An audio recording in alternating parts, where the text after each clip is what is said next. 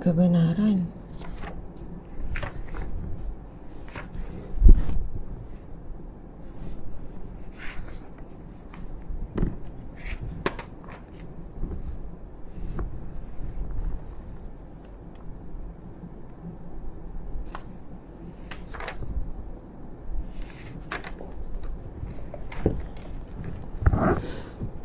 Subhanallah, subhanallah, walhamdulillah, wa la ilaha illallah, wallahu akbar. Assalamualaikum warahmatullahi wabarakatuh.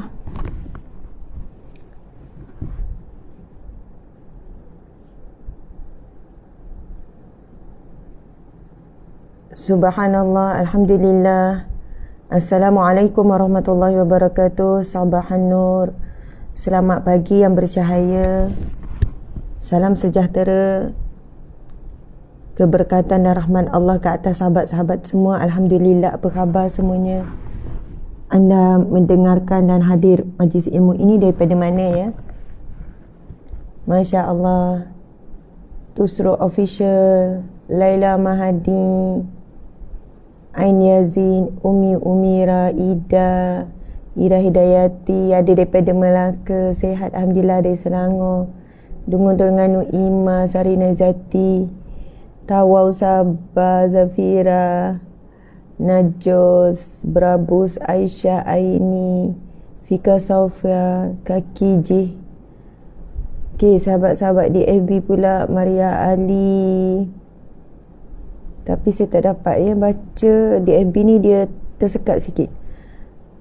Ni ya, Ismail Nuri, Naizin Nuri, Liza dari Johor Bahru, Ina Naim,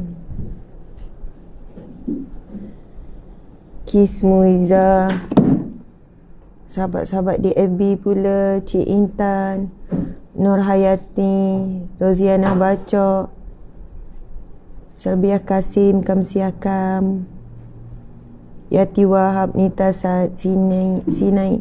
Masya Allah. Anda daripada mana ya? Ada yang daripada Singapura, Big Nonong. Ya, Nur Aini juga daripada Singapura.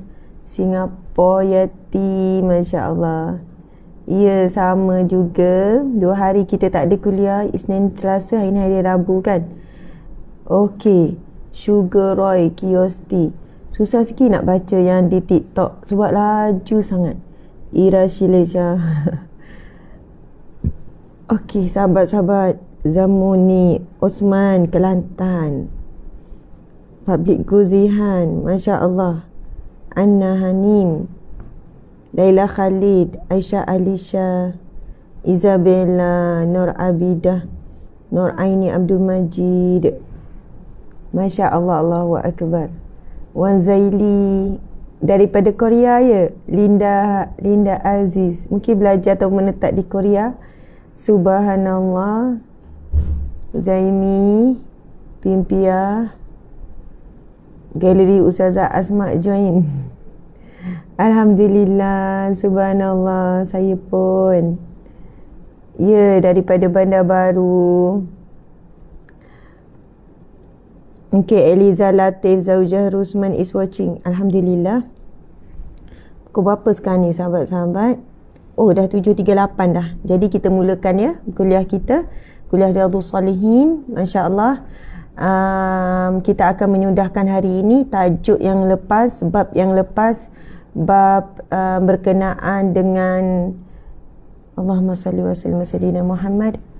Bab apa ya kita ni? Kita dalam bab apa? Muslimin muslimat, lepas ni bab takwa. Kita dalam bab muraqabah. Masya-Allah. Okey, jadi kita sama-sama mulakan seperti biasa. A'udzubillahi minasyaitonirrajim. Bismillahirrahmanirrahim. Alhamdulillahi rabbil alamin. Ar-Rahmanir-Rahim. Maliki yaumiddin. Iyyaka na'budu wa iyyaka nasta'in. Ihdinas siratal mustaqim. Siratal ladzina an'amta 'alaihim ghairil maghdubi 'alaihim waladdallin. Amin. Bismillahirrahmanirrahim. Alhamdulillahilladzi anzala ala 'abdihil kitaba wa lam yaj'al lahu 'iwaja qayyiman liyunzira ba'san shadidan min ladunhu wa yubashshiral mu'minina alladhina yu'minuna ويبشر المؤمنين الذين يعملون الصالحات أن لهم أجرا حسنا ماكثين فيه أبدا وينذر الذين قالوا اتخذ الله ولدا ما لهم به من علم ولا لآبائهم كبرت كلمة تخرج من أفواههم إن يقولون إلا كذبا فلعلك باخع نفسك على آثارهم إن لم يؤمنوا بهذا الحديث أسفا إنا جعلنا ما على الأرض زينة لها لنبلوهم أيهم أحسن عملا وإنا لجاعلون ما صعيدا جرزا أم حسبت أن أصحاب الكهف والرقيم كانوا من آياتنا عجبا إذ أوى الفتية إلى الكهف فقالوا ربنا آتنا من لدنك رحمة وهيئ لنا من أمرنا رشدا. أعوذ بالله من الشيطان الرجيم. وعرضنا جهنم يومئذ للكافرين عرضا الذين كانت أعينهم في غطاء عن ذكري وكانوا لا يستطيعون سمعا أفحسب الذين كفروا أن يتخذوا عبادي من دوني أولياء إنا أعتدنا جهنم للكافرين نزلا قل هل ننبئكم بالأخسرين أعمالا الذين ضل سعيهم في الحياة الدنيا وهم يحسبون أنهم يحسنون صنعا أولئك الذين كفروا بآيات ربهم ولقائه فهبطت أعمالهم فلا نقيم لهم يوم القيامة وزنا ذلك جزاؤهم جهنم بما كفروا واتخذوا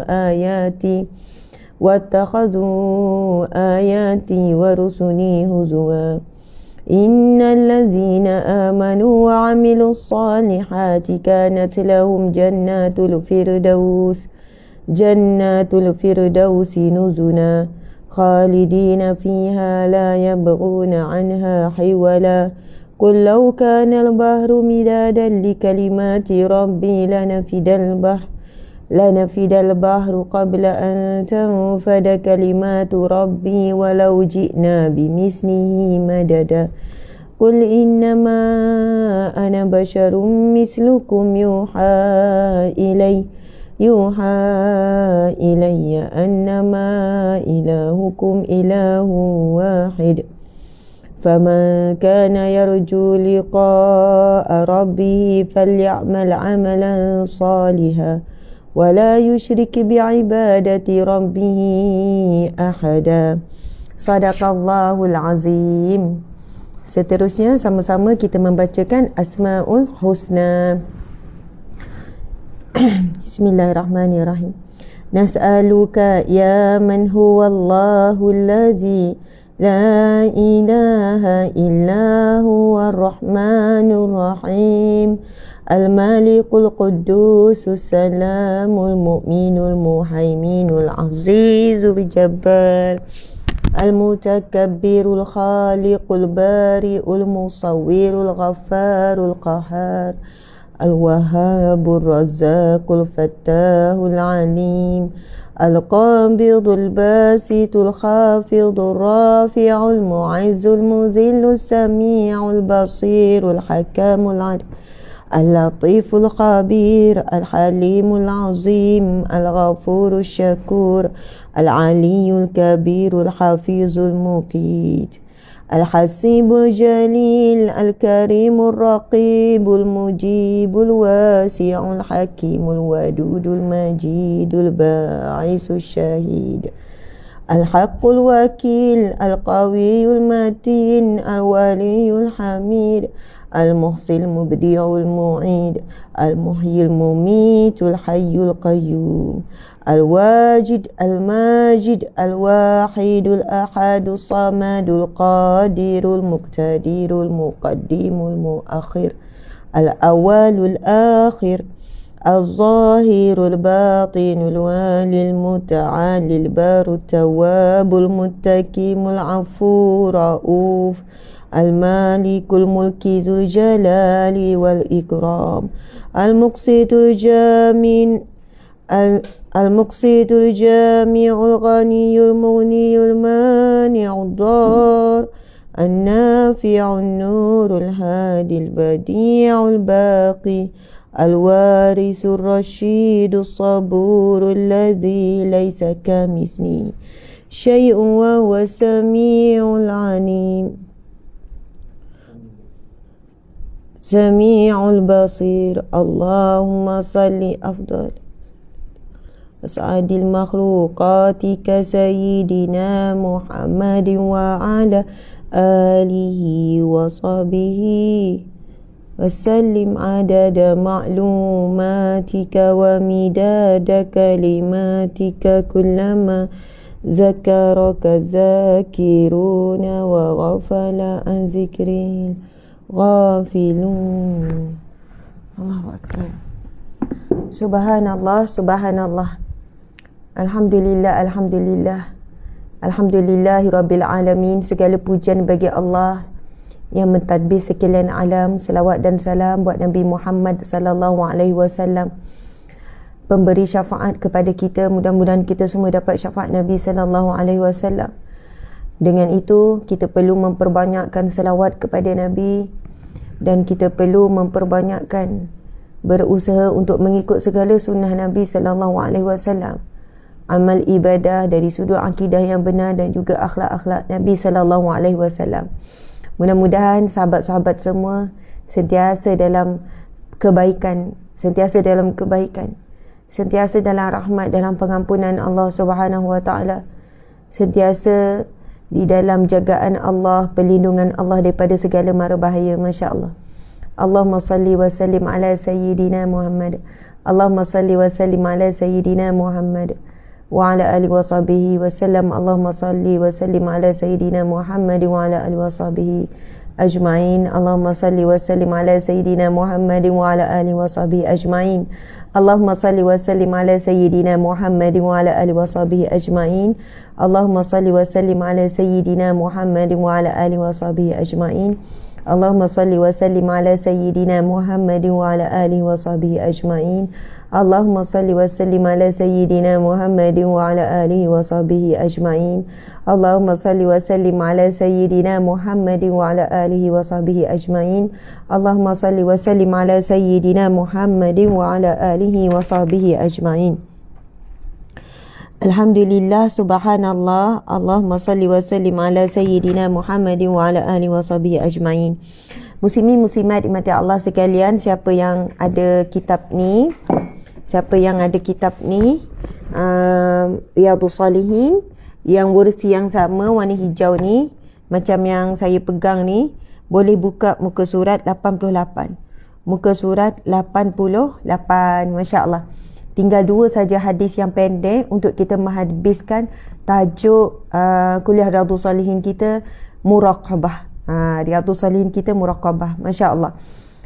Saya dapati bila kita dah mula live dengan TikTok, maksudnya mungkin ramai juga yang sebelum ini dia live daripada FB, dia dah berpindah ke TikTok juga. Dia jadi berkongsi macam tu lah ya, dah bahagi-bahagi. Subhanallah, di TikTok lebih kurang dalam 1.3 yang sedang menonton. Di IG lebih kurang 1, ini lebih kurang 2.5, campur-campur lebih kurang lah. Jadi barulah saya faham rupanya ramai orang memiliki pelbagai akaun. Bukan FB saja, dia juga ada IG, dia juga ada TikTok. Dan saya tak tahu, mungkin ada perbezaan lah kenapa ada yang suka tengok melalui TikTok, ada suka tengok melalui IG, ada yang suka tengok melalui FB. Walau di mana pun kita berada, daripada mana pun kita melihat, mudah-mudahan kita semua dikira sebagai orang yang hadir taman syurga Allah, hadir majlis ilmu. Subhanallah. Sahabat-sahabat, muslimin muslimat yang dihormati, yang dikasihi, siapa-siapa yang berpeluang ataupun ada butang share, maka bolehlah tekan butang share dan teruskan menuliskan komen ataupun nota, kerana itu membantu engagement live kita ini untuk naik, dan ia membantu kita saling membantu at-ta'awanu 'alal birri wat taqwa, tolong menolong di atas kebaikan dan juga ketakwaan. Subhanallah, alhamdulillah. Sahabat-sahabat, insya-Allah kita akan membacakan hadis yang kedua terakhir. Ia merupakan hadis yang ke-8 dalam bab muraqabah, iaitu bab yang ke-5. Bab yang ke-5 dalam kitab Riyadhus Shalihin. Jadi kalau anda ada kitab Riyadhus Shalihin yang versi lain sekalipun, insya-Allah semuanya kedudukan ataupun bilangan hadis sama. Tajuk bab pun sama, dia tak akan berubah, muka surat mungkin berbeza. Kepada siapa yang baru mengikuti, Ustazah buat kuliah apa ni? Setiap pagi bermula 7.30 sampai 8.30, tapi kadang-kadang lebih hingga pukul 9 kan. Lebih-lebih tu mudah-mudahan dapatlah pahala lebih ya. Masya Allah, kita menggunakan kitab Riyadhus Shalihin. Ini namanya kuliah berkitab. Jadi kita dah pun siri yang ke-108. Betul Ustaz? Kita dah siri Riyadhus Shalihin 108. Masya Allah, dah 108. Kita dah pun masuk bab yang ke-5, iaitu bab muraqabah, pemerhatian Allah terhadap kita ataupun kedekatan kita dengan Allah Subhanahu Wa Taala. Baiklah, muslimin muslimat yang dirahmati Allah sekalian, hadis yang ke-8 ia merupakan hadis yang ke-67 dalam susunan hadis dalam kitab Riyadhus Shalihin yang membawa maksud taman orang saleh yang disusun, yang ditulis oleh Imam Nawawi, Al-Imam Nawawi. Baiklah, hadis yang ke-68 yang ke-8 dalam bab ini kita baca sama-sama muslimin muslimat. Saya baca di sini, sahabat-sahabat ikut. Sebab apa baca hadis Nabi juga diberi pahala? Kan, baca Al-Quran itu kalamullah, diberi pahala. Baca hadis Nabi itu kalamun Nabi. Kan, kata-kata Nabi sallallahu alaihi wasallam. Jadi pun dapat pahala. Saya baca, sahabat-sahabat ikut. Pendek je hadis ni. Bismillahirrahmanirrahim. An Abi Hurairah radhiyallahu anhu qala Rasulullah sallallahu alaihi wasallam min husni islami al-mar'i tarkuhu ma la ya'nihi. Subhanallah, pendek je. Nabi SAW bersabda, min husni islamil mar'i tarkuhu ma la ya'nihi. Hadisun hasan rawahu Tirmizi wa ghairuh. Daripada Abu Hurairah radhiyallahu anhu berkata, Rasulullah sallallahu alaihi wasallam bersabda, termasuk di antara kebaikan keislaman seseorang ialah apabila ia meninggalkan hal-hal ataupun perkara yang tidak ada manfaat padanya ataupun yang tidak ada kaitan yang boleh memberi manfaat kepadanya. Hadis ini statusnya ada hasan riwayat Tirmizi. Subhanallah, Nabi SAW bersabda, di antara keelokan ataupun kesempurnaan Islam seseorang apabila dia mula meninggalkan sesuatu yang tidak bermanfaat, sesuatu yang tidak ada kaitan dengan kehidupannya. Hadis ini merupakan dasar yang agung antara dasar-dasar tentang adab. Ini syarah hadis ini ya, ulama menuliskan hadis ini adalah dasar yang agung di antara dasar-dasar tentang bab adab. Ditanyakan kepada Luqman, apa pesan yang sampai kepadamu yang dapat kami lihat? Masya Allah. Beliau menjawab, jujur dalam perkataan, menyampaikan amanah dan meninggalkan sesuatu yang tidak bermanfaat bagiku. Subhanallah. Apabila Luqmanul Hakim ditanya, apakah pesan yang sampai kepadamu yang dapat kami lihat ataupun yang dapat kami ikuti, yang dapat kami dapat petunjuk? Lalu Luqmanul Hakim menjawab 3 perkara. Yang pertama, jujur dalam perkataan. Kena berkata dengan jujur. Kena berkata daripada hati. Kena berkata dengan benar. Subhanallah. Kerana kejujuran akan mendekatkan dengan kejujuran tu benarlah. Kejujuran akan mendekatkan dengan ketenangan, berkata yang jujur, kan? Subhanallah, muslimin muslimat, bukan senang kita nak berkata sebagaimana apa yang terkandung di dalam hati. Sebab selalu manusia menuturkan perkataan yang lain, di dalam hatinya berbeza. Fikirannya berbeza tapi mulutnya berkata lain. Subhanallah.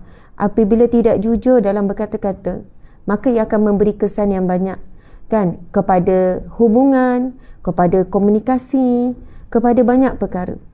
Sebab itu memang ada tajuk dalam bab Riyadhus Shalihin ini, bab jujur, kejujuran.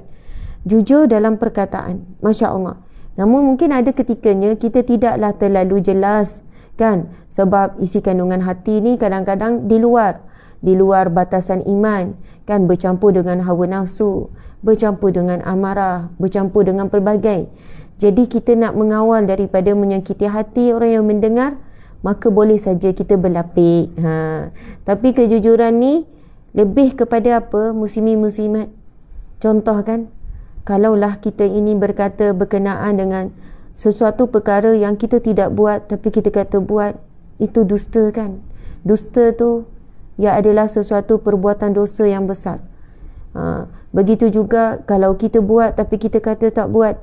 Kalaulah benda tu melibatkan aib, ya, mungkin ya, aib yang besar yang boleh datang mudarat, mungkin adalah pertimbangan dan pengampunan Allah Subhanahu Wa Taala. Masya Allah. Namun bagi orang yang sentiasa ingin bercakap jujur, Allah akan membantu supaya tidak melakukan sesuatu yang terpaksa dia menipu.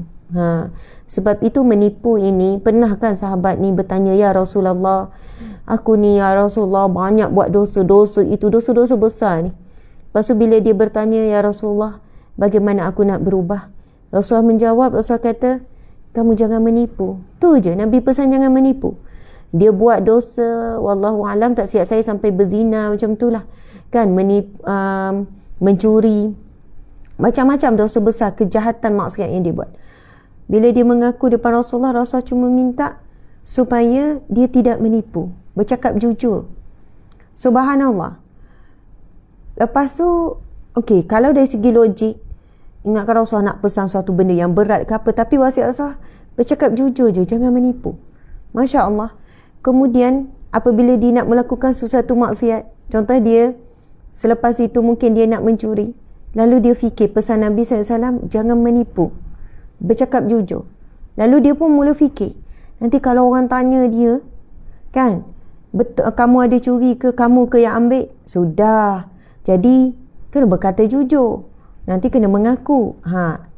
Pesanan Nabi itu membuatkan dia terhenti untuk melakukan maksiat. Bila nak buat maksiat, kena kata jujur. Aku dah berjanji dengan Rasulullah akan berkata jujur, tidak akan menipu lagi. Rasul bukan pesan, kan, berhenti melakukan merompak, berhenti itu, berhenti ni, apa kejahatan dilakukan. Rupanya kepala kepada kejahatan adalah menipu. Subhanallah. Sebab itu muslimin muslimat dimati Allah sekalian, sesuatu hubungan ataupun sesuatu contoh, kan, ramai yang kata kalau nak poligami ni kena pandai menipu, kena pandai membohong. Na'udzubillah min zalik. Jika itulah prinsipnya, maka rapuhlah hubungan yang dibina. Sentiasa penipuan biasanya perlu ditutup dengan penipuan seterusnya. Penipuan seterusnya akan ditutup pula kepada penipuan yang seterusnya. Na'udzubillah min zalik. Okey, sahabat-sahabat dimati Allah sekalian, Luqmanul Hakim menjawab jujur dalam perkataan. Yang kedua, menyampaikan amanah. Kita kena sedaya upaya menyampaikan amanah. Sedaya upaya bila kita dah pegang amanah, kita dah pegang jawatan, kita dah pegang sesuatu tanggungjawab, kita perlu melaksanakan sebaiknya amanah yang diberikan. Amanah ni kadang dia bukan datang dalam bentuk pelantikan jawatan. Dia datang dalam bentuk persetujuan. Persetujuan. Ramainya orang dah setuju dah. Kan? Terpulanglah setuju untuk membeli ke, setuju untuk hadir ke, setuju untuk ceramah ke. Setujulah apa? Persetujuan. Persetujuan tu seolahnya okey, kita dah di situ adanya kata janji lah di antara umat Islam ni. Okey, setuju. Okey, bagus. Okey, sekian-sekian. Masya Allah. Jadi, automatik kita dah pegang amanah ni. Pegang dah kepercayaan orang ni amanah. Jadi macam mana pun datanglah ujian ke musibah ke, sedaya upayalah kita tunaikan amanah. Sedaya upayalah kita tunaikan janji kita. Buatlah yang terbaik. Walaupun mungkin dalam situasi yang kita dalam keadaan yang sukar, susah dan sebagainya. Sebab orang yang jaga amanah, pegang amanah ni, tuan-puan dan mata Allah sekalian, Allahu Akbar, besar sangat pahalanya, besar sangat ganjarannya. Sebab itu ujian nak melaksana menunaikan amanah dan janji kita itu sangatlah berat. Tadi saya tengok ada yang komen dekat IG, betul Ustazah, kan sakitnya lah kalau kena tipu, sakitnya lah kalau tidak jujur. Dia sebutkan contoh yang berlaku dalam hubungan suami isteri. Muslimin muslimat dimati Allah sekalian, ya ramai kan suami ni, padahalnya contohnya dia lambat bukan sebab jam, sebab pergi melepak dulu dan sebagainya. Kenapa lambat bang? Lambatnya abang balik, saya tunggu abang nak makan sama. Alah, jam tadi. Padahalnya dia dah pergi minum, pergi mengopi dah dengan kawan-kawan. Subhanallah, Allahu Akbar. Kalau betul jam, insya-Allah hati isteri itu lembut. Tetapi kalau dia menipu, tuan-puan sekalian, Allah tidak mempermudahkan perasaan isteri itu nak lembut, nak lega, nak reda. Sebab jawapan yang diberikan adalah penipuan. Sama juga dengan isteri, ramai yang tak jujur juga dengan suami. Kita muhasabahlah muslimin muslimat dimati Allah sekalian. Sebab itu berkatalah benar walaupun pahit kan, berkatalah benar. Kita kadang-kadang kan orang perempuan, bukan sebab letih dan penat sangat kita tak masak ataupun tak buat sesuatu tanggungjawab di rumah. Masak ni memanglah ada perbahasan ulama, ada sebahagian mengatakan ia kewajipan tanggungjawab bagi wanita, bagi yang suaminya keluar bekerja, dia berada di rumah, jadi dia bertanggungjawab masak. Bukan beli bahan tu, tapi masak tu. Sebahagian ulama mengatakan tidak kewajipan wanita, lelaki kena siapkan makanan siap. Jadi di situ ada pembahasan ulama. Jadi kita tengok pula kepada adat kita kan. Adat kita muslimin muslimat, adat kita sebagai masyarakat Melayu bukanlah menganggap wajib. Tetapi bila wanita tu masak dan sebagainya, besar sangatlah pahala. Lelaki masak juga besar pahala. Jadi Masya Allah, tak payahlah kita nak berdolak dalih sampai menipu. Bang, saya sebenarnya tak sihat sebab tu saya tak masak. Masya Allah, kadang-kadang tu berkata jujur walaupun pahit. Bang, minta maaf sangat, sebenarnya saya terleka main telefon. Dan disebabkan kita jujur tu, esok tu kita pun tak buat lagi lah. Tapi kalau kita asyik dalam penipuan dan kita rasa selamatlah kita, disebabkan kita berjaya menipu tu, maka suami pun percaya kan, kata kita tak sihat dan sebagainya. Na'udzubillah, tak sihat sungguh nanti. Na'udzubillah. Lepas tu Luqman menjawab yang ketiga, dan meninggalkan sesuatu yang tidak bermanfaat bagiku.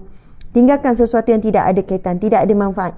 Bila kita scroll FB contohnya, ada perkara yang tak ada manfaat untuk kita baca, untuk kita komen, untuk kita sebarkan, maka kita scroll saja. Kita kata, ish, ini ada kebaikan tak untukku? Tak ada, scroll je. Ini antara ada manfaat tak ni?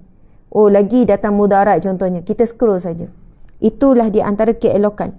Sahal bin Abdullah At-Tustari berkata, barang siapa mengatakan sesuatu yang tidak ada manfaatnya, maka ia terhalang untuk jujur. Masya Allah. Sahal bin Abdullah At-Tustari ni ulama besar ya, menyebutkan barang siapa yang mengatakan sesuatu yang tidak ada manfaat, suka cakap kosong, suka cakap bukan-bukan, suka cakap mengarut, kan, maka ia terhalang untuk jujur, untuk bercakap dengan benar. Diriwayatkan bahawa Nabi sallallahu alaihi wasallam pernah bersabda. Ini sabda Nabi sallallahu alaihi wasallam. Orang yang pertama kali menjumpai kalian ialah seorang ahli syurga. Lantas yang masuk bertemu mereka adalah Abdullah bin Salam.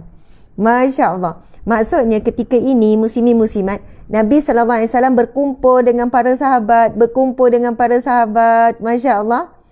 Kemudian Nabi pun bersabda, orang yang pertama masuk, yang kalian akan jumpa selepas ini, dia adalah ahli syurga. Allahu Akbar. Ini salah seorang sahabat Nabi yang diberi jaminan syurga. Bayangkan yang Nabi berkumpul dengan kawan-kawan, lepas tu Nabi kata, orang yang pertama kamu jumpa lepas ni, ataupun orang yang masuk lepas ni adalah ahli syurga. Lantas yang masuk bertemu mereka adalah Abdullah bin Salam. Namanya tak glamour tuan-puan sekalian. Biasa dengar tak nama Abdullah bin Salam? Tak biasa kan? Mungkin ada yang ini kali pertama. Oh, ada nama sahabat Nabi yang bernama Abdullah bin Salam ya. Ya, namanya Abdullah bin Salam. Para sahabat mendatanginya dan menyampaikan kabar kepadanya. Mereka pun bertanya kepadanya, ceritakan kepada kami amal perbuatanmu yang paling engkau andalkan, ataupun amal perbuatanmu yang paling utama. Subhanallah. Sahabat-sahabat, dia tunggu bila Nabi kata, orang pertama yang kamu jumpa ni ahli syurga. Kemudian sahabat-sahabat ni, bila nampak yang masuk adalah Abdullah bin Salam, terus spontan bertanya, pergi mendekati tanya, ceritakan kepada kami, bagi tahu kami, apakah amalan yang paling engkau utamakan, ataupun yang paling afdal, yang paling terbaik. Sahabat-sahabat ni terus nak tahu, amalan apa ni sampai Nabi sebut dia ahli syurga ni. Lalu ia menjawab, sesungguhnya amal perbuatanku sangat lemah. Ini selalu jawapan para sahabat. Amal perbuatanku lemah, kan? Amalanku sikit, amalanku tak banyak, aku ni lemah dalam beramal. Yang paling saya andalkan untuk kuharapkan ialah selamatnya hati dan saya meninggalkan hal yang tidak bermanfaat bagiku. Subhanallah, muslimin muslimat. Masya Allah. Abdullah bin Salam yang disebut dalam hadis ini sebagai lelaki ahli syurga, rupanya amalan yang paling utama, dia kata, amalan yang paling utama yang aku sandarkan, yang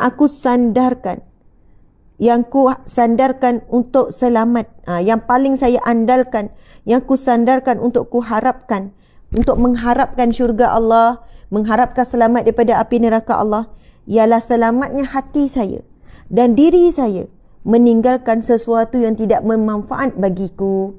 Sebab itu hadis Nabi yang kita bacakan disebutkan oleh para alim ulama, ia adalah dasar yang agung, dasar yang penting muslimin muslimat. Masya Allah, dasar yang agung dan yang penting bagi dalam bab adab, dalam bab akhlak. Sebab itu Nabi termasuk di antara kebaikan ataupun keelokan ataupun kemusnahan. Ini hadis hasan ya, tingkatan yang sangat tinggi. Nabi sebut di antara kebaikan ataupun keelokan ataupun kesempurnaan Islam seseorang ialah apabila ia meninggalkan hal-hal yang tidak ada manfaat baginya. Bukan senang muslimin muslimat. Jadi kalau kita baca kisah Abdullah bin Salam yang disebut dalam hadis Nabi, bila Nabi berkumpul dengan sahabat, Nabi lalu berkata yang masuk ni adalah ahli syurga. Lalu sahabat-sahabat pergi dekat dengan dia, tanya, apakah amalan yang paling utama bagimu? Kan sampai Nabi sebut kamu ini ahli syurga, lelaki yang dijamin syurga. Lalu bila ditanya, dia kata amalanku sangat sedikit. Hanya saja aku ni menyandarkan kepada satu amalan yang mana aku sedaya upaya meninggalkan sesuatu yang tidak bermanfaat bagiku. Tuan-puan sekalian, daripada waktu pagi sampai malam, sudah tentu kalau kita jujur, ada banyak perkara yang tidak bermanfaat kita buat. Contohnya, kadang-kadang kita terleka scroll FB sampai 1 jam. Lepas tu kita tanya balik diri kita sendiri, scroll IG scroll TikTok, scroll Twitter, apa sajalah. Cuba kita tanya, apa manfaat yang kita dapat daripada scroll-scroll tadi ya? Mungkin kita baca gosip artis, mungkin kita baca isu-isu viral, sampai kita layan komen. Cuba bayangkan 1 jam itu kalau kita baca Al-Quran dengan terjemahannya. Kan? Sudah tentu lebih banyak manfaat kita dapat. 1 jam baca Al-Quran dengan terjemahan ataupun zikrullah. Lepas tu kadang-kadang kita layan apa? Lepas movie ke satu movie, lepas drama ke satu drama. Adakah ia memberi manfaat untuk kehidupan dunia dan kehidupan akhirat? Dua-dua pun tak memberi manfaat. Subhanallah. Ada orang habiskan masa dengan apa? Dengan kerja-kerja yang tidak sepatutnya dia terlibat. Kan? Kerja-kerja yang tidak sepatutnya, yang melara, yang boleh membuang masa dia. Persatuan ni banyak tuan-puan sekalian. Banyak persatuan. Ada persatuan yang kalau kita masuk, kita sertai, kita hadir pagi sampai petang, kita buat kerja-kerja yang tidak banyak membangunkan jiwa kita. Tengoklah, saya tak adalah nak sebut persatuan apa. Banyak persatuan yang dibina di atas seronok-seronok, gembira-gembira. Kita kan suka sangat buat majlis makan-makan. Tak ada masalah makan tu. Tapi kadang-kadang habiskan masa banyak untuk majlis makan-makan, kumpul-kumpul, seronok-seronok, gembira-gembira. Biarlah berpada-pada, kalau betul nak hubungkan silaturahim, kan, kita dah dapat tanya khabar, hubung silaturahim, kasih sayang tercapai, tak perlulah sampai kita memakan masa yang begitu lama. Tinggalkanlah sesuatu yang tidak memberi manfaat kepada kehidupan kita. Dan banyak media sosial hari ini, muslimin muslimat, telah menyebabkan manusia terjebak melakukan sesuatu yang tidak bermanfaat. Na'udzubillah min zalik. Imam Al-Ghazali menjelaskan, batasan perkataan yang tidak ada manfaatnya bagimu ialah engkau mengatakan sesuatu yang seandainya engkau tidak mengatakannya, maka engkau tidak dosa dan tidak ada bahaya, baik di waktu sekarang maupun akan datang. Masya Allah, Allahu Akbar. Jadi muslimin, muslimat dimati Allah sekalian, Imam Al-Ghazali kata, kalau ditanya apakah perkataan yang tidak ada manfaat, Imam Al-Ghazali kata, perkataan yang tidak ada manfaat bagimu ialah engkau mengatakan sesuatu yang seandainya engkau tidak mengatakannya. Imam Al-Ghazali kata, bila ditanya apakah perkataan yang tidak bermanfaat, lalu Imam Al-Ghazali menjawab, perkataan yang mana kalau engkau tidak mengatakannya maka tak berdosa. Maksudnya perkataan yang keluar tu tak wajib pun nak cakap. Maksudnya lebih baik diam. Perkataan yang sia-sia. Kan kita selalu kadang-kadang tu borak-borak kosong. Orang kata, alah borak-borak kosong. Adakah dosa? InsyaAllah kalau tak masuk mengumpat, mengeji, menghina, tak berdosa. Tetapi nak capai kepada ciri-ciri ahli syurga ni, borak-borak kosong yang tidak ada manfaat. Imam Ghazali kata, yang mana kalau engkau tak bercakap, jika engkau tidak membicarakannya, ia tidak mendatangkan dosa dan tidak datang bahaya. Tapi kalaulah dengan kita cakap tu boleh menyebabkan, dengan kita tak cakap boleh jadi bahaya, maka itu perkataan yang bermanfaat. Orang perempuan, ibu-ibu, ayah-ayah selalu kan ulang-ulang perkataan yang sama. Kan pasal kebersihan, pasal sesuatu dalam rumah, pesan itu, pesan ini kepada anak, jadi semua itu bermanfaat. Nabi SAW bersabda, kalimatun tayyibatun sadaqah. Kata-kata yang baik itu adalah sadaqah. Allahu Akbar. Saya nak ceritalah satu kisah. Mungkin tak ada kaitan sangat ni, tetapi saya nak cerita sebab bagi saya cerita ini adalah kata-kata yang bermanfaat. Kan hari tu saya pergi Sabah kan. Kami pergi Sabah, lepas habis ceramah di satu tempat ni, Masya Allah, habis satu kuliah ni, lepas tu tim ajak pergi ke Semporna. Kan, pergi ke Semporna untuk buat agihan bantuan, kerja-kerja kebajikan, kerja-kerja amal. Siapa yang follow dia tengok. Kami ada naik boat. Kami ada naik boat. Lepas tu adalah kami naik boat. Boat tu tak jauh, lebih kurang dalam 10 minit saja sampai ke pulau tu. Ceritanya tuan-puan yang dimati Allah sekalian, on the way pergi okey, tak ada masalah. Kan buat live on the way pergi. Ramai juga yang tegur saya tak pakai safety jacket tu kan, life jacket tu. Sebenarnya jaketnya rosak. Macam tu lah, ada sebab tak tu. Lagipun dia dekat je dan air pun air surut. Cuma yang menarik, tuan-puan sekalian, bila on the way balik, dah lah nak cepat tuan-puan sekalian. Sebab apa nak cepat? Sebab kami perlu bergerak ke airport Tawau. Semporna ni tak jauh dengan Tawau kan.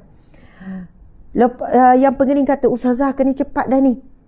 Kita kena bergerak sekarang sebab sekian. Kalau sampai dekat airport ngam-ngam je ni. Jadi kena bergerak dah sekarang. Okey, lepas tutup live, laju-laju ni. Naik bot sekian-sekian ni. Lepas tu bot kami lah bot yang pertama bergerak. Sebab yang naik bot yang pertama ni, sebab apa? Yang pertama, dia orang pun kata, okey, Ustazah gerak dulu dengan bot ni. Gerak dulu. Ustazah, yang mana nak pergi airport? Ada 4 orang. Adalah 4 orang. 4 ke 5? 4 Ustaz. 4 orang yang nak pergi. Kita 5 orang. Okey, yang 5 orang ni naik bot ni dulu. Pergi. Sebab apa? Yang lain ni tak apa, lambat sikit. Yang lain tak terlibat dengan airport. 4 orang, 5 orang ni pergi dulu. Kami ni dengan yakin kan kita akan sampai dulu. Dengan yakin kita akan sampai dulu, muslimin muslimat. Masya Allah. Lupa ni nak berdoa, nak mengharap dengan Allah. Rasa kita yang cepat ni kita akan sampai dulu. Takdir Allah, tengah-tengah tu bot rosak. Tengah-tengah tu apa nama ni, dia punya motor tu pecah. Nak kata pecah-pecah lah, lebih kurang macam tu. Kami orang first pergi dengan niat kami kena cepat ni pergi airport ni. Bolehlah pula banyak-banyak bot, dalam 4 bot tu bot kami lah yang rosak di tengah-tengah tu. Masya Allah, Allahu Akbar. Masa jadi tu kan, masa tu lah baru berdoa sungguh-sungguh dengan Allah. Masa dekat jeti nak naik bot tu, tak adalah berdoa sungguh-sungguh, ya Allah sampaikanlah. Sebab apa muslimin muslimat? Bot yang kami naik tu nampak tegap, nampak besar, nampak elok. Kedua, tempat yang nak pergi tu depan je, tak jauh. Jauh tak jauh, lebih kurang 15 minit juga naik bot. Tapi nampaklah dengan mata. Kesombongan manusia kan, kesombongan hati manusia ni. Alah dekat je, doa pun tak kuat. Naik bismillah macam tu je. Lepas tu confident ni sebab kita yang terawal, kita yang bergerak dulu. Jadi rasa confident ni, confident boleh sampai awal ni. Masya Allah, Allahu Akbar, muslimin muslimat. Allah takdirkan mati di tengah-tengah. Lepas tu, masa tu barulah bersungguh-sungguh berdoa dengan Allah. Ya Allah, pemudahkanlah ya Allah. Nak sampai ke airport ya Allah. Dah lambat ya Allah. Ya Allah, sekian-sekian. Betul tak muslimin muslimat? Sebab itu ujian mendekatkan kita kepada Allah. Tanpa ujian, kita lalui kehidupan ini dengan mengandalkan kepada diri sendiri. Dengan menyandarkan kepada kekuatan, dengan kelengkapan yang ada. Tapi cerita ni tak habis tuan-puan sekalian. Alhamdulillah, tak sampai lebih kurang 1 minit sahaja. Ustaz-ustaz cari apa ya? Lebih kurang dalam 1 minit sahaja. Kita masing-masing berdoa lah ni, suami ni. Ya Allah, Rabbi yasir wa la tu'asir ya karim. Sebab baca la haula wa la quwata illa billahil aliyil azim. Istighfar. Ya Allah, dosa apalah ni kan. Masya Allah, muslimin muslimat. Daripada jauh, ada satu bot. Masya Allah. Daripada ada satu bot yang agak laju. Kita pun buat macam ni, buat macam ni. Kan ramai-ramai. Bot tu dengan laju sampai. Ya Allah, dengan laju sampai. Dan bot tu memang lebih kecil sikit, Masya Allah. Dan yang bawa adalah orang muda. Yang bawa adalah orang muda, umurnya dalam 22 tahun macam tu. Orang kampung, lelaki, nampak orang muda dengan rambut bergaya. Dari segi zahir badannya, dengan pakai seluar, saya tak ingat, seluar pendek tu, bawah lutut atau atas lutut, tapi saya rasa bawah lutut. Ya. Tapi kalau kita tengok zahir, orang biasa, orang kampung. Dan kita tahu di situ orang yang duduk dekat rumah-rumah laut tu. Ini kami pergi yang rumah-rumah laut tu, tuan-puan sekalian. Ya Allah, Allahu Akbar. Lepas tu, dia datang. Kenapa? Dia tanya kan. Lepas tu kata, ini Bob ni. Tak apa, naik. Padahal dia sedang menuju nak pergi ke rumah laut. Tetapi, dia setuju dengan sekelip mata. Bahkan dia bukan kenal sangat pun, saya tak kenal ni. Ini orang kampung yang duduk kat laut ni. Lepas tu dia kata, okey, boleh. Naik. Naik semua duduk atas bot dia. Saya pun kan. Lepas tu suami isteri saya pun tanyalah. Tanya nama, tanya umur, sekian-sekian. Lepas tu tanya, kamu Muslim? Sebab kita kadang tak boleh nak cam orang Islam ataupun tidak. Dari persegi zahir. Kan dengan kulit gelap, dengan muka yang biasalah orang yang selalu di bawah terik matahari. Kan lepas tu dia kata, ya saya Muslim. Lepas tu dalam perjalanan saya tengok mulut dia bergerak-gerak je. Bergerak-gerak. Tapi tak bunyi. Bergerak-gerak. Macam berzikir. Dah sampai dekat dengan jeti. Lepas tu saya tanya, Dik, saya nak tanya, kamu berzikir ke? Kamu berzikir ya? Dia pun senyap. Tadi saya nampak mulut kamu gerak-gerak. Saya ni duk tanya, sibuk ni. Kamu berzikir ya? Lepas tu dia cakap, ya, saya berzikir. Kamu zikir apa? Kita tidak boleh bagi tahu amalan kita. Masya Allah, dia jawab macam tu. Demi Allah, suami saya semua dalam bot tu jadi saksi. Dia jawab, rahsia, tak boleh diberitahu. Guru saya cakap, amalan tidak boleh diberitahu. Saya ni punyalah macam, ya Allah, bagusnya kamu. Begini, saya nak tahu bukan untuk apa, saya cuma mau belajar. Kamu zikir apa sebenarnya? Daripada perjalanan hantar kami sampai mulut dia tak berhenti kumat kami. Rahsia, dia cakap. Rahsia. Bagi tahulah, saya pun nak belajar kamu zikir apa.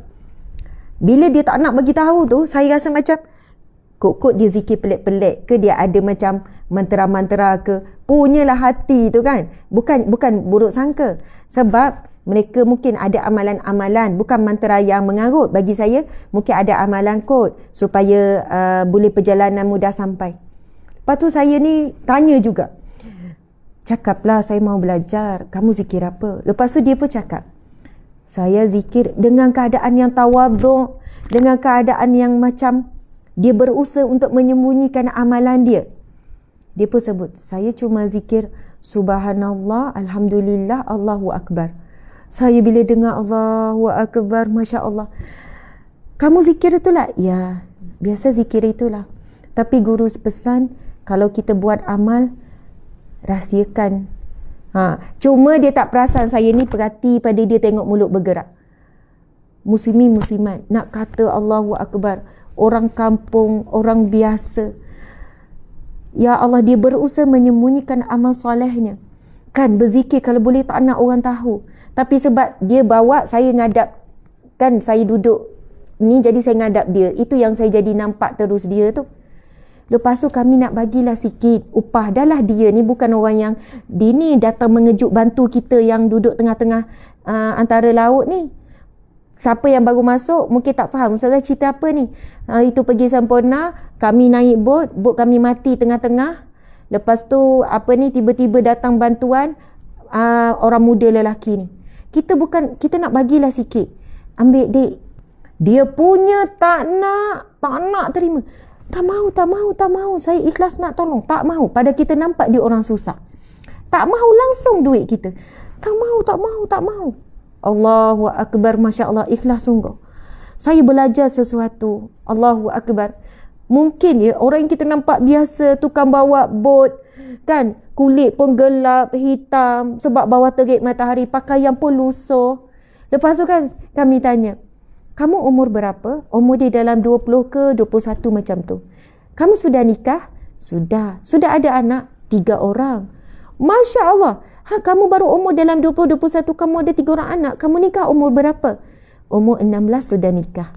Subhanallah, orang yang duduk dekat rumah-rumah atas air tu. Umur 16 sudah nikah. Ya Allah, kamu ada anak 3 orang untuk diberi makan. Kami sudah pergi ke rumah-rumah laut itu. Ramai orang susah.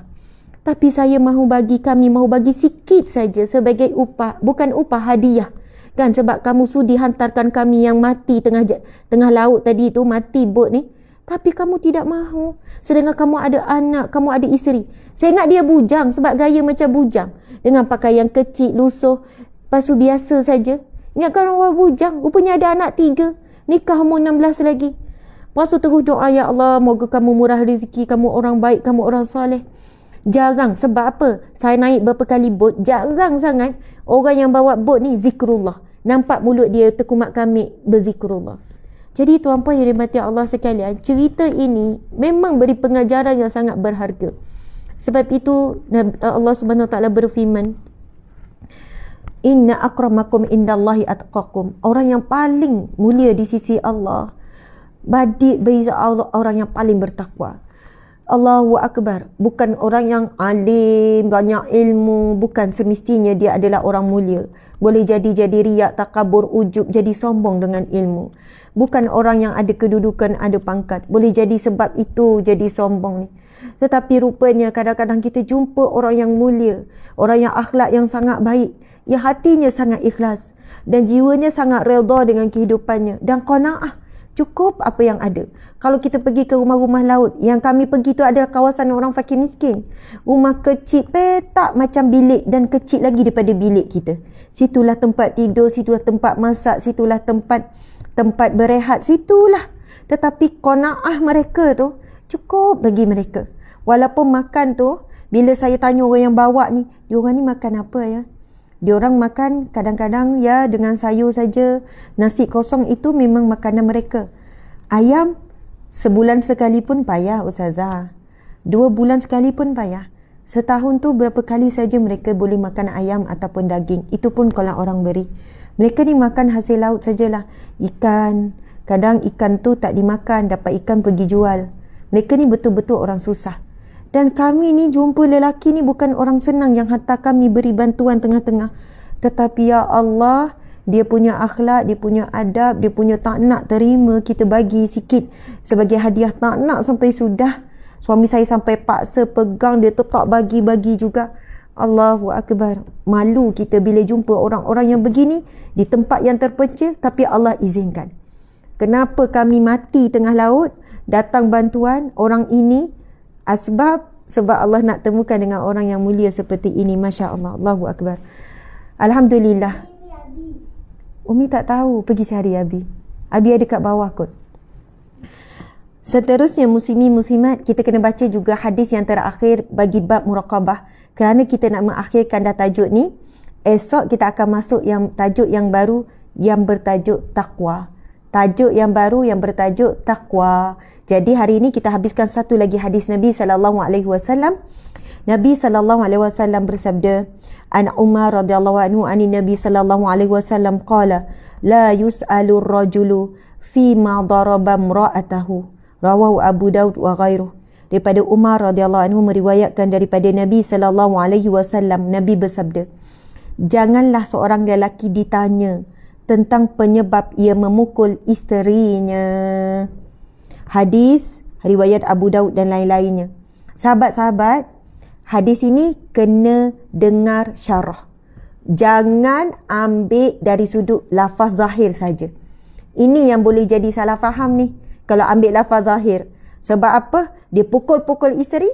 Lepas tu dia kata, Nabi kan bersabda, jangan seseorang lelaki ditanya tentang penyebab ia memukul isterinya. Masya Allah. Kita tengok penjelasan ulama. Ulama yang faqih, yang memahami tentang maksud hadis ini. Maksudnya tidak boleh ditanyakan apa penyebab seorang suami memukul isterinya, kerana ada kemungkinan penyebabnya adalah sesuatu yang menjadikan malu jika disebutkan, semisal menolak berhubungan badan. Akan tetapi hal ini dibiarkan kepada yang bersangkutan dan diserahkan kepada muraqabah kepada Rabbnya, kecuali jika kes perlu dilaporkan kepada hakim. Allah Subhanahu wa taala berfirman dalam surah An-Nisa ayat ke-34. A'udzubillahi minasyaitanir rajim. Ar-rijalu qawwamuna 'alan nisa bima faddalallahu ba'dahum 'ala ba'd wa bima anfaqu min amwalihim. Fas-salihatu qanitatun hafizatun lil ghaib bima hafizallahu wallati takhafuna nushuzahun fa'izuhunna wahjuruhunna fil madaji' wadribuhunna fa in ata'nakum fala tabghaw 'alayhinna sabila Innallaha kana 'aliyan kabira. Sadaqallahul azim, yang bermaksud lelaki yakni suami itu pelindung bagi perempuan. Kerana Allah telah melebihkan sebahagian mereka lelaki atas sebahagian yang lain yakni perempuan. Dan kerana mereka yakni kaum lelaki telah memberikan nafkah dari hartanya, maka perempuan-perempuan yang salihah adalah mereka yang taat kepada Allah dan menjaga diri ketika suaminya tidak ada.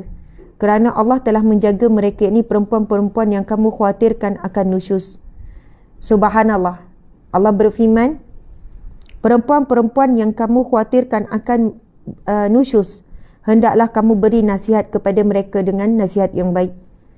Atau selepas, jika tidak dengar juga nasihat, tinggalkanlah mereka di tempat tidur. Dan jika tidak mahu juga mendengar nasihat, pukullah mereka. Tetapi jika mereka mentaatimu, maka janganlah kamu mencari-cari alasan untuk menyusahkannya. Sungguh Allah Maha Tinggi, Maha Besar. Allahu Akbar. Muslimin muslimat dimati Allah sekalian, firman Allah ini, Masya Allah, hadis Nabi yang kita bacakan ini berkenaan dengan larangan Nabi, janganlah seorang lelaki ditanya sebab ia memukul isterinya.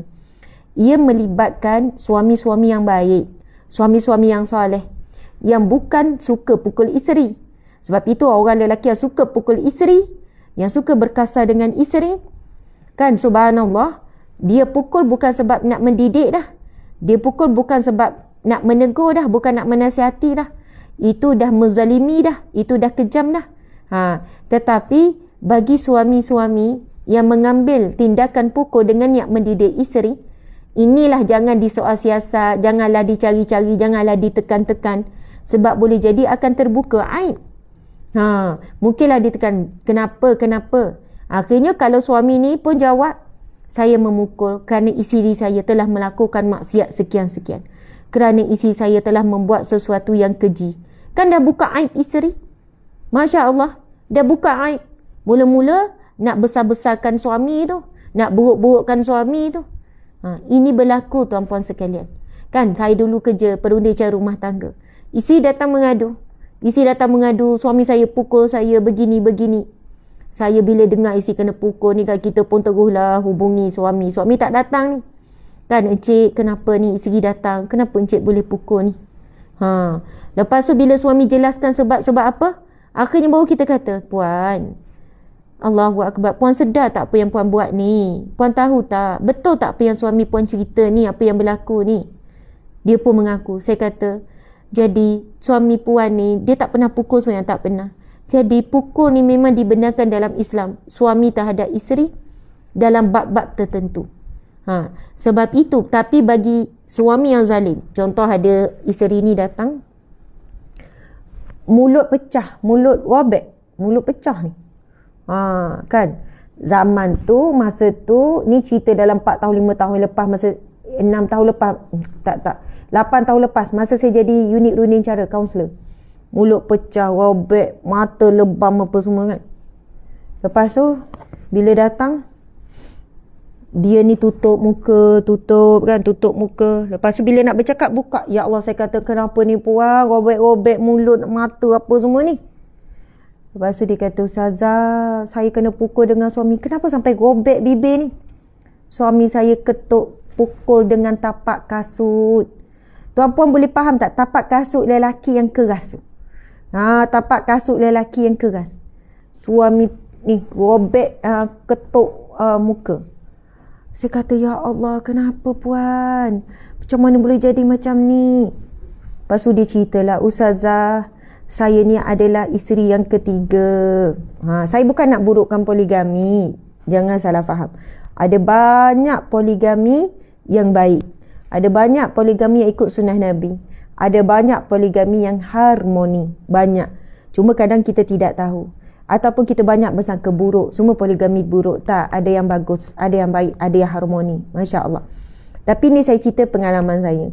Dia isteri yang ketiga, dia kena ketuk dengan muka lebam apa. Rupanya bergaduh sebab suami nak nikah yang keempat. Kan? Dia kata, barulah saya faham sakitnya isteri kedua, isteri pertama dulu, bila suami nak nikah dengan saya. Sekarang bila suami nak nikah yang keempat, saya rasa tak boleh terima. kan, suami saya nak marah apa semua, masa tu tengah bawa kereta, saya buka pintu mengejut, saya nak keluar. Sebab tu dia kena pukul. Maksudnya dia dah tak boleh tahan dah perasaan, dia dah geram, dia dah ngamuk-ngamuk dalam kereta. Lepas tu dia pun nak buka pintu time suami bawa kereta. Jadi suami dia pun break mengejut sebab dia dah buka pintu, parking tepi, suami dia pun buka kasut, ketuk dia, pukul dia. Macam tu kan. Allahu Akbar. Lepas tu dia pun mula bercerita. Dia kata, Ustazah, sebenarnya bukan kali pertama saya kena pukul. Bukan kali pertama Ustazah saya kena sepak terajang. Rupanya dah banyak kali. Saya kata, lepas tu puan nak buat apa sekarang? Saya sebenarnya tak berani Ustazah. Sebab suami saya ini orang yang berilmu. Lepas tu dia sebutlah keturunan orang mana. Ustazah, kalau saya sebut dia ni anak siapa, Ustazah akan kenal. Dia anak orang yang masyhur, orang alim, sekian-sekian. Lepas tu dia sebut. Saya kata, ya Allah, ujian kan. Ujian puan, ujian sekian-sekian, gini-gini. Lepas tu saya pun hubungilah. Saya bukan hubungi ya. Saya pun kata, puan macam ni. Sebab isinya nekat. Ustazah, saya dah nekat. Saya dah buat report. Puan dah buat report doktor dah. Dah buat report poli dah. Dah banyak kali kena je. Sekarang ni puan apa? Saya nekat untuk minta fasakh. Saya sebagai penghuni rumah tangga, saya berkewajipan untuk memberitahu. Okey, baiklah. Proses fasakh begini. Membantu klien bila memerlukan. Sebab ini dah peringkat dera. Ini bukan pukul yang disebut dalam hadis Nabi yang kita bicarakan ini. Ini pukul yang dah zalim.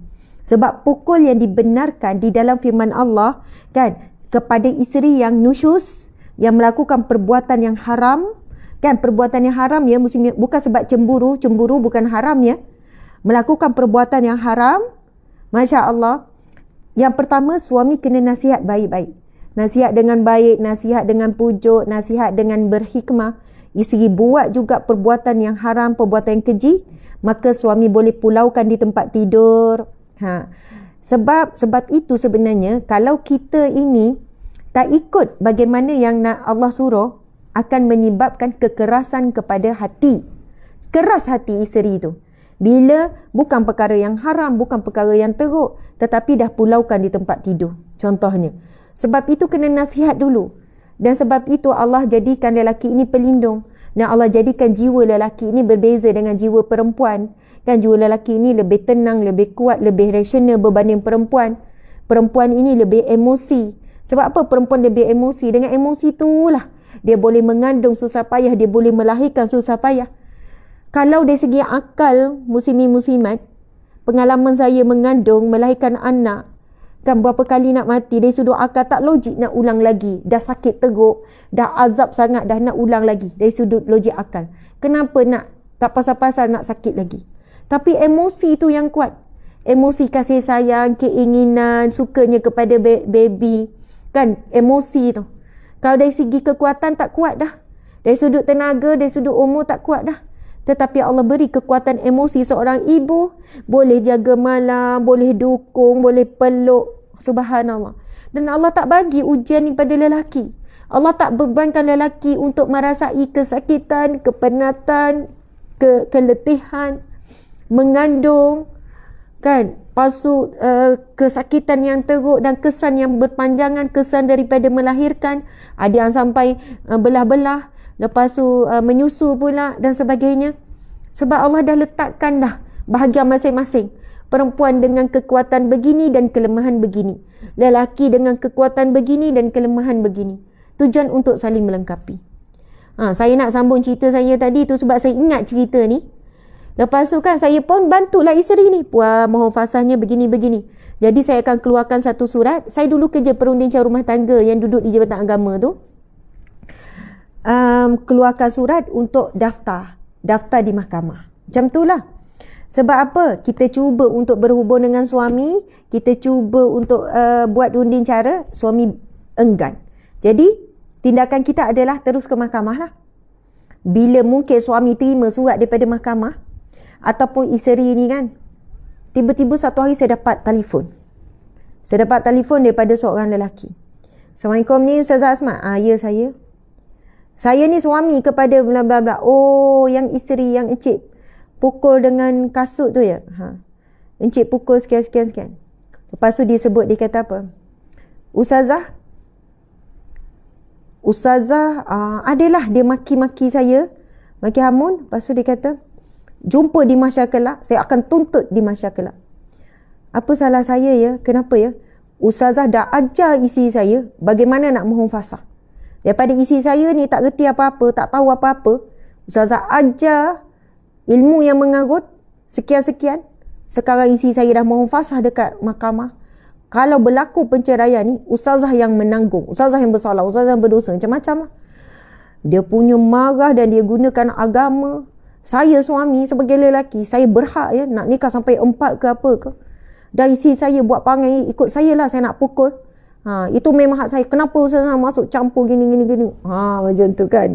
Bukan sekali dua ya, kami runding cara sebenarnya hadapi macam-macam. Ada yang datang letak pistol lah, dia datang dengan ugutan lah. Ugut tu macam-macam lah. Ugut nak sihir lah, ugut nak santau lah, ugut sebab nak marah ni. Apabila kita berkongsi ilmu, pengetahuan, tuan-puan sekalian, sebab itu bila ada masalah rumah tangga, masalah melibatkan kekejaman, kezaliman seperti ini, kena mengadu kepada pihak berwajib. Subhanallah. Sebab apa? Kami ni bukan ada kepentingan apa-apa pun. Tak ada kepentingan, tapi kewajipan untuk memberitahu kebenaran. Subhanallah. Tugas saya, bila perkara yang melibatkan darar, kecelakaan pada tubuh badan, sebab pukul yang dibenarkan dalam Islam pun ada batas. Tidak boleh sampai mencederakan, tak boleh pukul bahagian muka, tidak dibenarkan bahagian muka, sebab muka ini tempat adanya maruah. Maksudnya kalau pukul tempat lain boleh sorot lagi lebam ke, ini sampai mulut ni. Tetapi Masya Allah, ini pukul sampai melibatkan muka, lepas tu kecederaan yang memberikan kesan yang kekal. Jadi yang begini kita perlu selamatkan, kita perlu bantu untuk mereka keluar daripada perkahwinan yang toksik ini, perkahwinan yang telah menyebabkan berlakunya kecelakaan. Dan kita kena bantu sebab ramai mangsa dera dia tidak boleh keluar daripada rumah tangga yang toksik seperti ini kerana ada satu istilah, saya tak ingat istilah apa, maksud dia ada penyakit.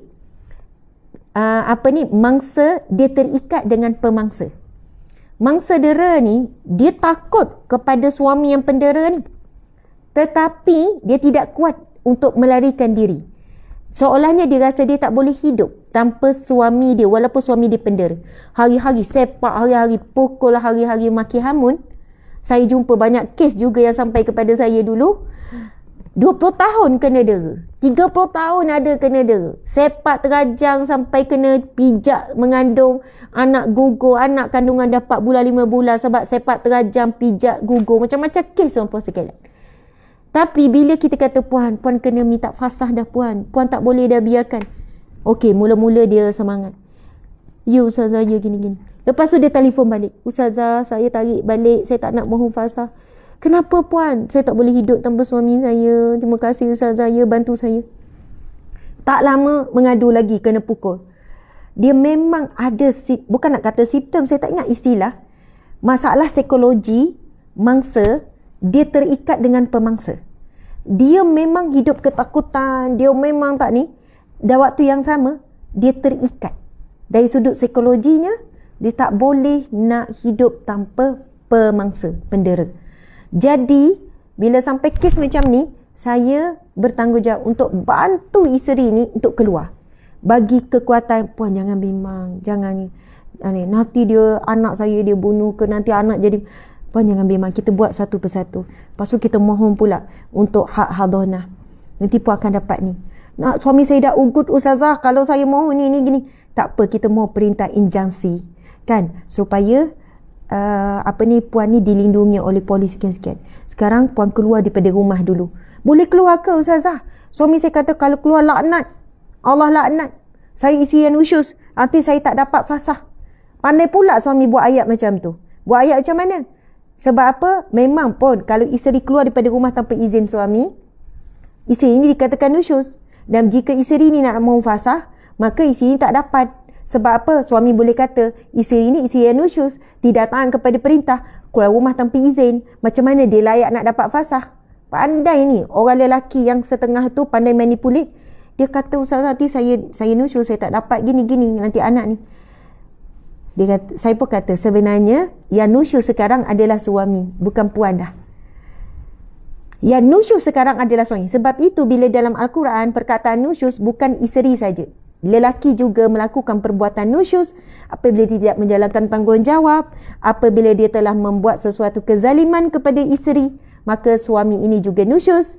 Jadi kalau isteri ini balik pergi menyelamatkan diri ke rumah mak dia, pergilah mana-mana supaya dia jauh daripada suami, walaupun keluar tanpa izin, pergi keluar buat report polis, takkan nak minta izin. Bang, saya nak minta izin, je nak pergi report polis kejap pasal awak pukul. Takkan suami nak izinkan?